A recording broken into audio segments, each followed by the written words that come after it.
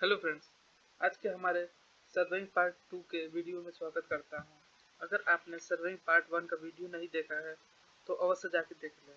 तो दोस्तों, आज हम लोग डिस्कस करेंगे मोस्ट इम्पोर्टेंट टॉपिक जो कि अक्सर ऑब्जेक्टिव्स में पूछा जाता है कि सर्वेइंग का सीरीज क्या है। तो आइए दोस्तों, आज का हम लोग अपना टॉपिक शुरू करते हैं, जिसका मेन हेडिंग है करेक्ट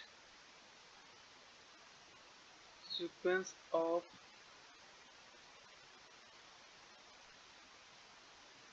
सर्वेइंग। ठीक है, तो सबसे पहले आपका आता है ट्रैफिक सर्वे, जो कि फर्स्ट नंबर पे रहेगा।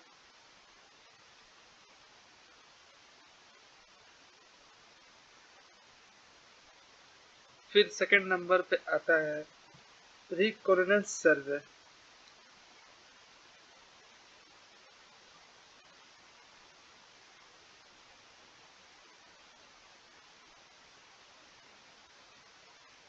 फिर थर्ड नंबर पे आता है preliminary survey.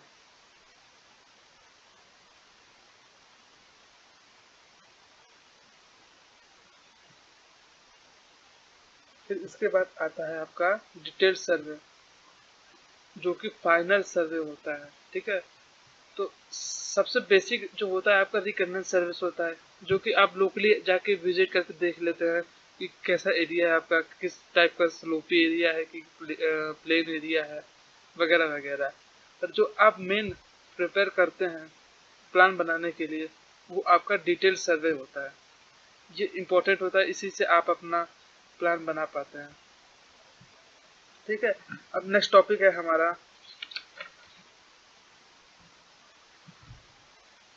Principles of surveying.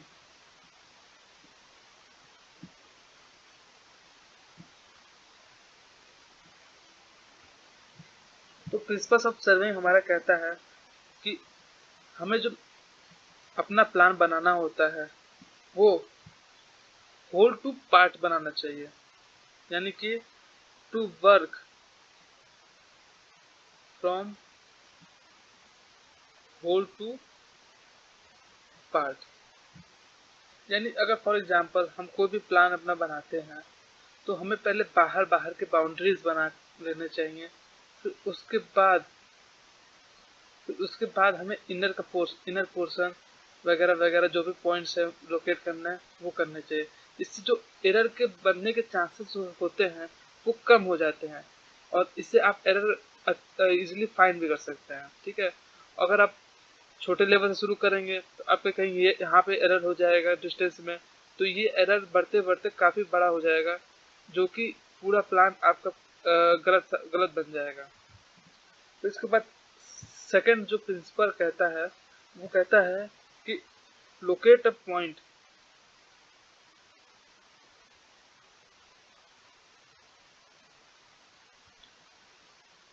Bye at least to measurements.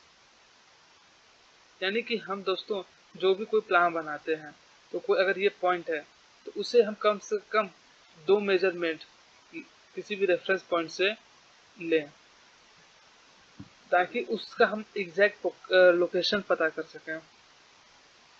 फिर दोस्तों इसके बाद हमारा नेक्स्ट टॉपिक आता है, वो है error due to use of wrong scale.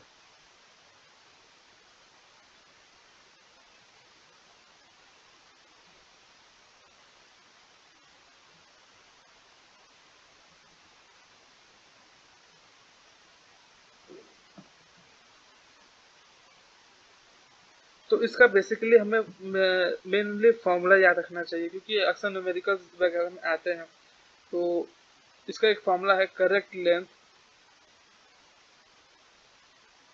इसका फॉर्मूला हमें यूज करना आना चाहिए ताकि न्यूमेरिकल हम इजीली सॉल्व कर सकें। तो आर एफ यानी कि representative factor of wrong scale upon R F of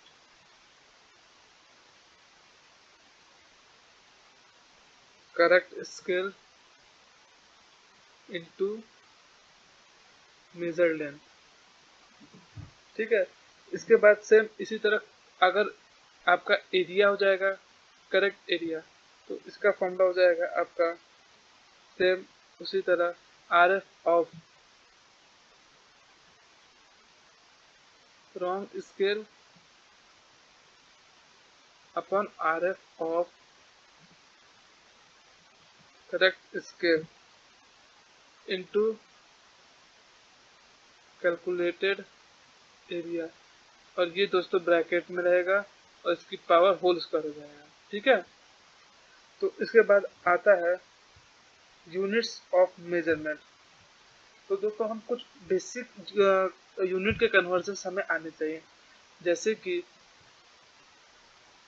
1 feet में 0.3 मीटर होता है, 1 माइल में 1.609 किलोमीटर होता है, और 1 एकड़ में 43560 स्क्वायर फीट एरिया होता है। ठीक है, ये कुछ बेसिक्स है, बेसिक है मतलब जो आपको फील्ड में भी आप यूज आएंगे, क्योंकि फील्ड में जो मिस्त्री वगैरह होते हैं वो अक्सर आप फील्ड की लैंग्वेज में ज़्यादा समझते हैं, वो मीटर का ज़्यादा यूज नहीं करते हैं। तो आपको कन्वर्जन आना चाहिए ताकि आप जो भी वहाँ पे जो मेसन है उसको आप इजीली डिटेक्ट बता सकें। फिर इसका नेक्स्ट हम लोग का टॉपिक शुरू होता है terms used in large survey area.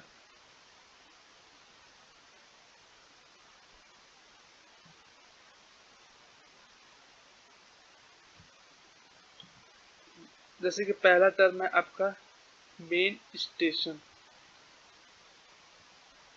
तो मेन स्टेशन क्या होता है? ऐसा पॉइंट जहां से चेन सर्वे स्टार्ट और एंड होता है। ठीक है, जैसे कि कोई भी एक मान लीजिए ये आपका प्लॉट है। ठीक है, तो एक अगर पॉइंट यहाँ से आप चेन शुरू करते हैं और मान लीजिए यहाँ तक खत्म करते हैं, तो यहाँ पे आपका एक स्टेशन, एक मेन स्टेशन ये हो जाएगा ए, और एक मेन स्टेशन हो जाएगा बी। ठीक है, तो कोई एक ये आपका मेजर पॉइंट कहलाता है जहाँ से आप चेनिंग शुरू करते हैं। फिर उसके बाद आता है आपका मेन सर्वे लाइन।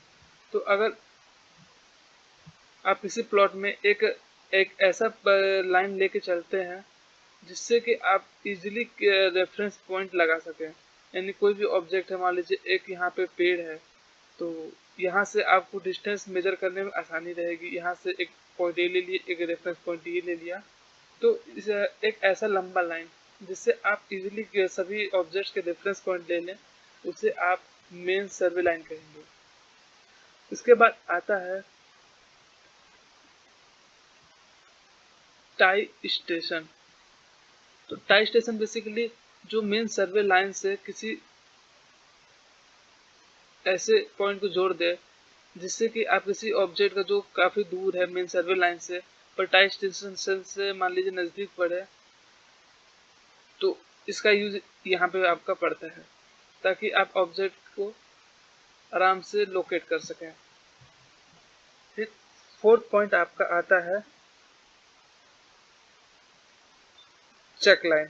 चेक लाइन होता है चेक लाइन होता है कि एक्यूरेसी प्रोवाइड करने के लिए कि कोई भी जो आप वर्क कर रहे हो उसका एक्यूरेसी कितनी है। फिर इसके बाद आता है चेन एज। जैसे कि चेन से दोस्तों समझ रहे हैं कि कोई भी पॉइंट ए है और एक पॉइंट है बी। ठीक है, तो इस ए से बी तक जो भी हम चेनिंग के द्वारा डिस्टेंस मेजरमेंट करते हैं तो उसे ही हम चेनेज कहते हैं। यानी कि कह सकते हैं distance measured along the main survey line in the direction of progress of work। यानी कि जिस दिशा में हमको डिस्टेंस मेजर करना है उस दिशा में चेनिंग करना ही चेनेज कहलाता है। ठीक है,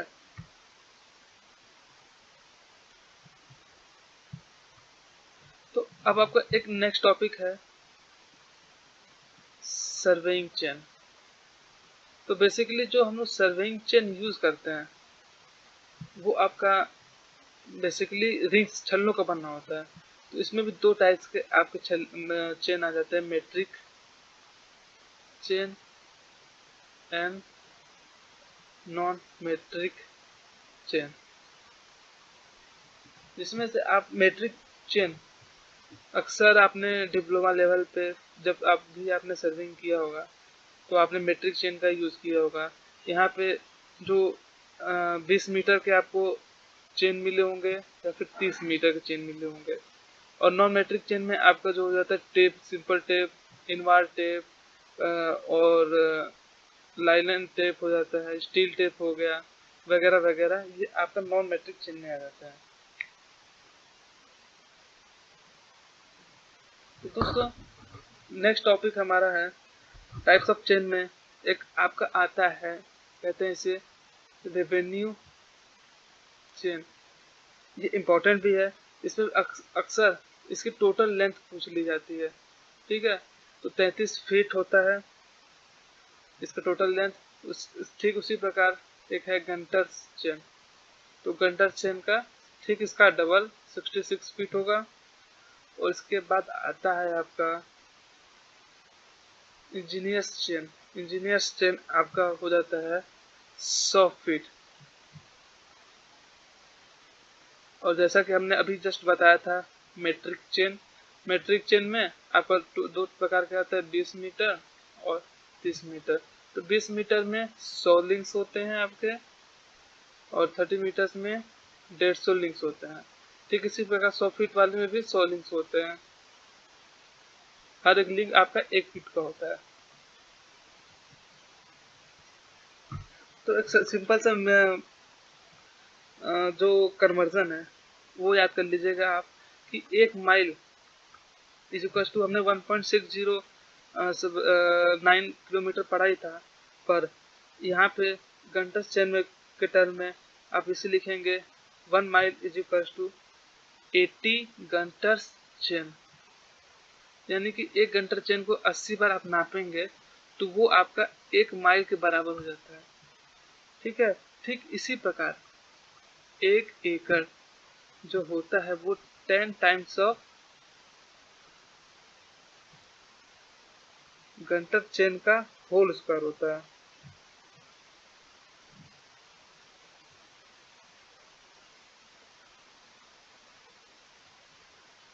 अब दोस्तों जैसे कि हमने अभी टेप के बारे में बताया था, तो टेप आपका बेसिकली लाइलन टेप हो जाता है,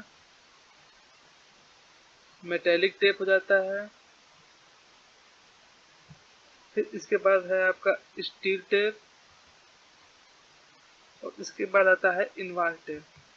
तो सबसे बेस्ट इसमें टेप इनवार टेप कहा जाता है क्योंकि इसके ये अलॉय और अलॉय ऑफ निकल एंड स्टील का बना होता है। इसमें निकल 36% होता है, निकल 36% होता है और जो स्टील होता है वो आपका 64% होता है।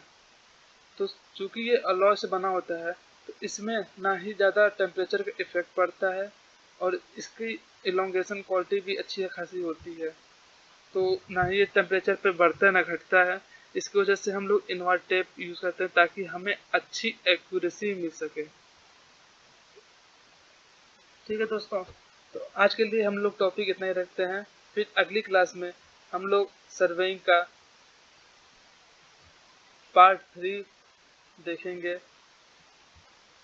और जानेंगे कि आने वाले सर्वे में क्या क्या हमें और सीखना है। ठीक है दोस्तों, थैंक यू और चैनल को ज़रूर सब्सक्राइब करिएगा, लाइक करिएगा।